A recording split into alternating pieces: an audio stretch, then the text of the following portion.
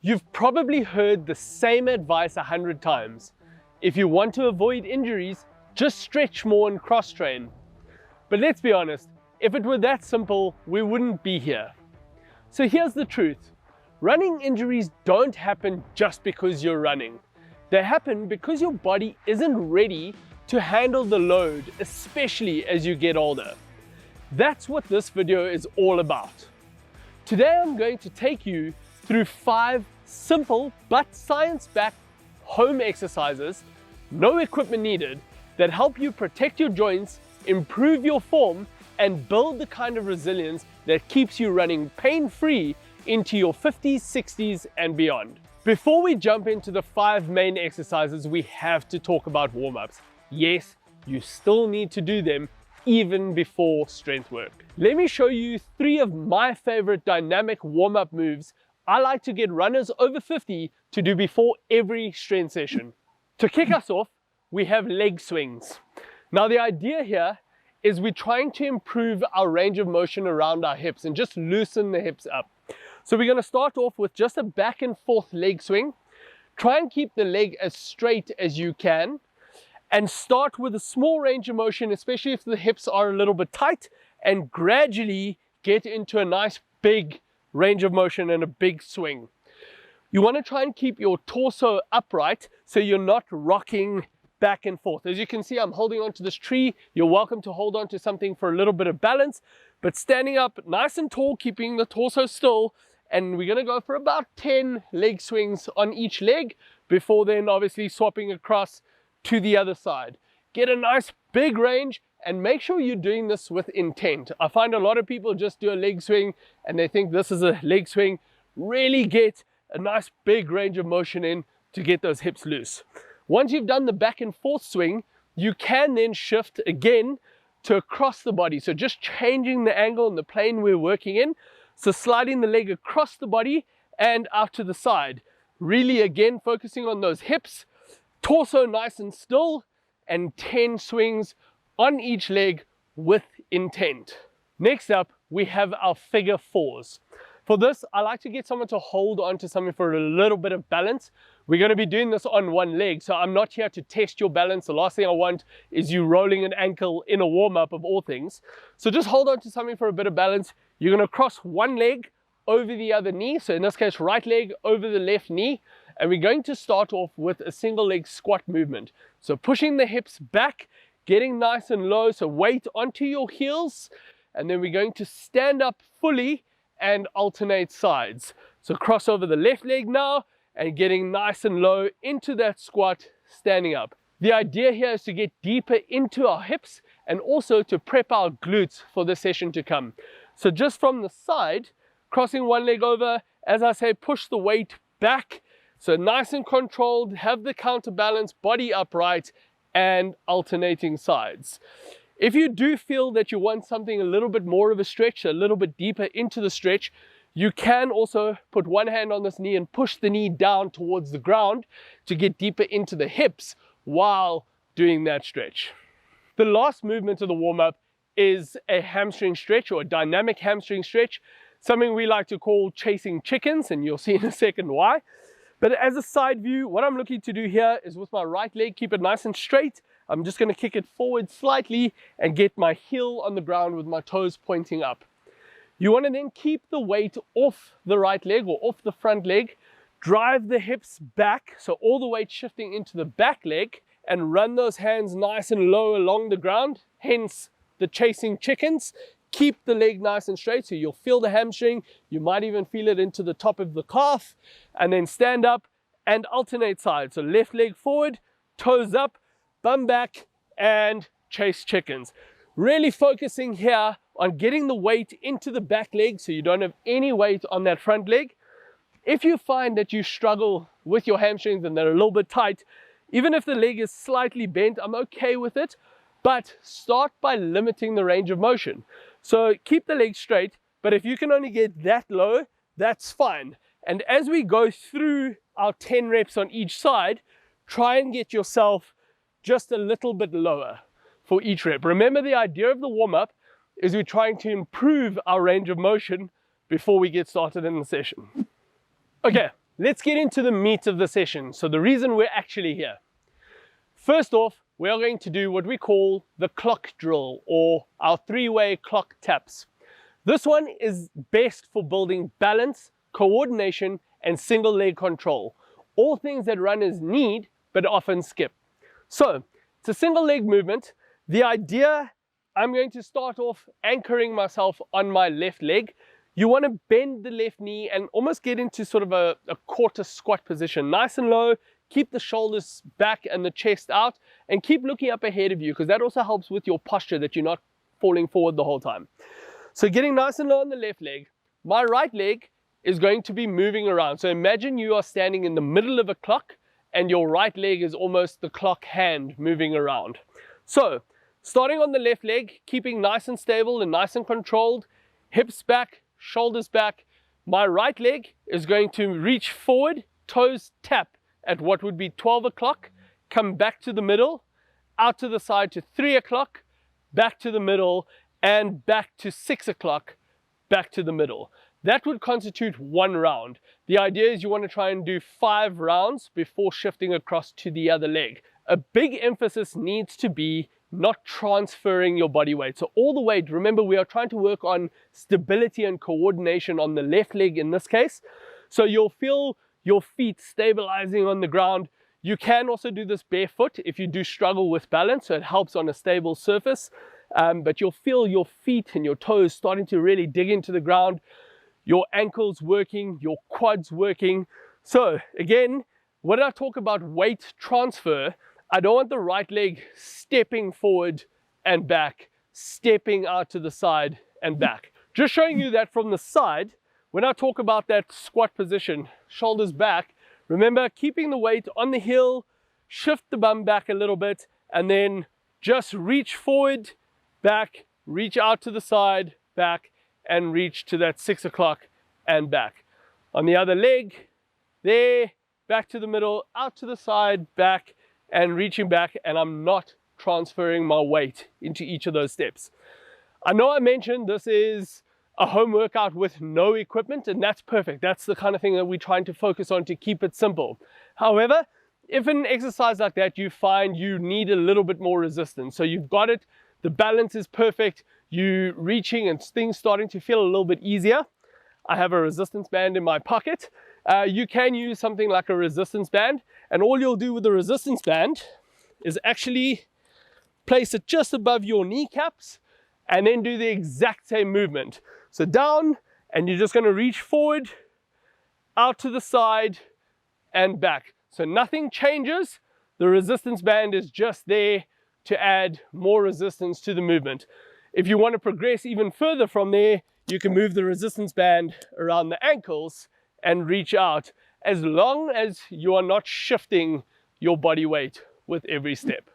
By the way, if you're finding any of these movements helpful already, we're hosting a free online masterclass specifically for runners over the age of 50 that goes way deeper into strength, recovery, and smarter training. Click the link below or scan the QR code on screen. I think you'll love it. All right, moving on. Our next exercise is the Pogo jumps. These are a low load, high return plyometric drill that helps your tendons strengthen to be able to absorb the load and the shock instead of your joints doing all the work. All right, with these, we're going to start off on 2 feet, okay?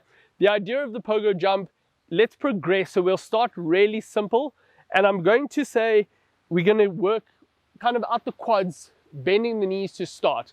So we want to come up onto our toes, potentially even just leaving the ground as we go, but use the knees to bend and to go up and down. As you start progressing through sort of 3 or 4 reps of those, you can then start to lock out and straighten the legs into what a pogo stick would be. So we'll start off bending and then straighten the legs, nice and controlled, and it's loose, bouncy, springy action on those ankles. Try and get height, try and get off the ground. But again, if you are struggling with that and you find you struggle with ankle mobility and you've got quite stiff ankles, start just by rocking up onto the toes and back down. So we're focusing more on the ankle mobility to start. Up and down, just from the front, Up and down, nice and controlled, then straighten the legs out. And as you feel more comfortable, nice and straight legs, and we're bouncing up and down. Quick, controlled, but I want you to think soft. I want you to absorb the landing in the ankles rather than this hard thumping action into the ground. For this exercise, balance is also critical. You want to make sure that you're jumping on the spot. If you find that you're struggling to stay on one spot or you're falling all over the show, use a chair. Put a chair up next to you, put one hand on a wall. Use something that just helps you keep the balance and focus on the technique and the exercise you're doing rather than sort of jumping and hobbling all over the show. As a progression to this exercise, if you find that it's easy enough to do it on both feet, you can then move across to doing it on a single leg. So single leg pogo jumps, doing the exact same thing, but you can only move across to single leg if you have got the double leg rock solid and perfect technique to that. With this, if you are doing it on double leg, I'm happy for you to do 10 to 15 jumps, and you can do 4 sets of those.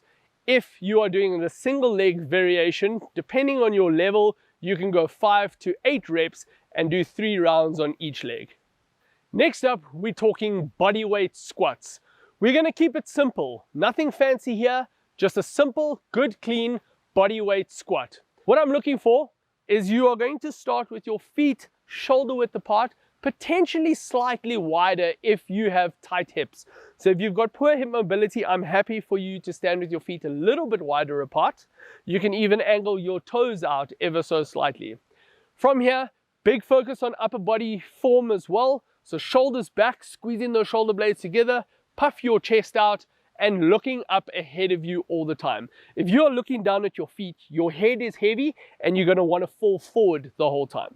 So shoulders back, chest out. You can have your hands on your hips. You can counterbalance with your hands out in front of you.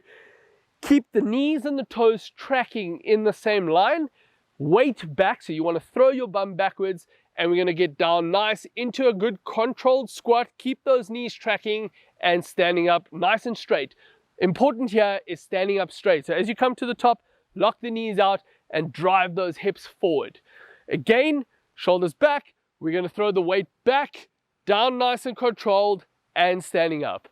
Try and focus on your knee position as well. So what tends to happen more on the stand up than on the way down, but people will come down into a squat, and then as they're coming up, their knees kind of dive forward, or dive inwards rather, as you're standing up. So knees and toes tracking in the straight line, down and up. If I show you from the side, looking forward, chest pointing forward, throw the bum back, weight onto the heels, and you want to get your hips down into the squat and standing up straight. Again, standing up straight, drive those hips forward. Looking up ahead of you, driving up, nice and controlled. Squats are really good at building our quads, our glutes, and our hamstring strength. And more importantly, it teaches you how to control your hips and your knees at the same time. With the squats, in terms of sets and reps, I'm happy for you to be doing 10 to 15 reps, depending on where you are, and aim for 3 rounds of 10 to 15 reps. Next up, we have our hamstring walkouts. This one targets probably one of the most neglected muscle groups runners have, as odd as it sounds, and that's the hamstrings, especially in that eccentric phase when they lengthen under load. So to do the hamstring walkout, I'm going to use a gym mat. You can use a gym mat, a towel, something on the floor, but basically we are going to get down on our back. So lying on your back, have your feet on the floor and your knees bent. Try and actually get your feet quite close to your bum. With this one, I want you to focus or emphasize digging your heels down into the ground. You're going to keep your hands at your sides just to help with a little bit of stability, but we're going to come up, so drive those hips up into a glute bridge position. Body is nice and flat, really squeezing the glutes, and from here we are going to just walk our feet away from us. So right leg out, left leg out, right leg out, left leg out, and then from there coming back, right leg back, left leg back, right leg back, left leg back, keeping those hips up. Important here, guys, is work within your range of motion. So if your hamstrings are a little bit tight or a little bit sore, don't try and take massive steps out and straighten the legs. Use small steps, and if that's as far as you can go because the hammies are a little bit sore, that's fine. Walk back. One thing I want you to do is just alternate which side leads. So if you start with right foot out, come back, right foot, and then alternate sides. Left out, left back, left back. All right, keeping those hips up, alternating sides, and remember, small steps. This is a load bearing exercise, so you don't want the right leg just stepping out and coming back. Each step holds your load, so feels the hamstrings, and we are walking back, keeping those hips up. This one can be quite challenging on the hamstrings. What I want you to focus on here is small steps, working within your range of motion. Start small. 4 to 6 reps is enough for most, so you can do 3 rounds of 4 to 6 on each side. Remember, each side is which side leads out and back, and then alternating sides. You will feel this, trust me. Next up is probably one of my most favorite exercises, and that is what we call the dead bugs. So with a dead bug, again, I'm down on the mat, lying on my back. What's good about this exercise is it teaches our core muscles to brace while our limbs move, which in theory is exactly what's happening when we're running. It doesn't only target the core though, but it also works on our hip flexors as well as our shoulder mobility. It does take a little bit of coordination, so start out slow, make sure you're getting the technique right before trying to rush through this. I see a lot of people, because it starts getting a little bit tough and hurting the core and the abdominal muscles, they start trying to rush through the exercise. Slow it down, make sure you're getting the technique and the coordination right first. So we're lying on our back. The reason this is called the dead bug is because it looks like a bug's legs facing up towards the roof, but basically both hands pointing up, both knees and feet pointing up. Flex your toes back towards your head so it'll help keep your feet elevated, and the knees are at 90 degrees. From here, and where I say the coordination is critical, I'm going to go opposite arm, opposite leg. So right arm, left leg is going to extend out. So right hand nice and behind my head, left leg out, come back to the top, and then go alternate sides. Left hand, right leg, extend out, and back to the top. Always have one hand and one knee pointing towards the sky. A lot of people, as you're doing the extension, drop an arm, and that's why I talk about just start slow and get that coordination right before speeding it up. Really important here as well is you want to try and keep your lower back nice and flat on the floor. So especially when you're in that extension, what tends to happen is you arch that lower back and your neck also takes a lot of strain. So belly button in towards the ground, push that lower back nice and flat, and then good extensions and back to the top, nice and controlled. For this, we are going to do 8 to 10 reps on each side, and I'm happy for you to do 3 rounds of dead bugs. You will feel it. Like I said, don't rush through it. Start slow, and if you feel it, instead of trying to rush through and get the technique wrong, rather just stop at 6 reps even. You make sure that you are doing the technique right. That is the first thing that counts. There you go. 5 powerful equipment-free exercises you can do at home to help reduce your injury risk and keep you running pain-free as you age. But here's the thing. Strength is only one piece of the puzzle. If you really want to run stronger, longer, with less risk of injury, especially if you're over 50, mobility, pacing, recovery, and volume matter just as much. That's why I want you to check out this next video, why running less will give you an unfair advantage. It'll challenge the way you think about training and show you how training smarter, not harder, is the new key to faster. See you there.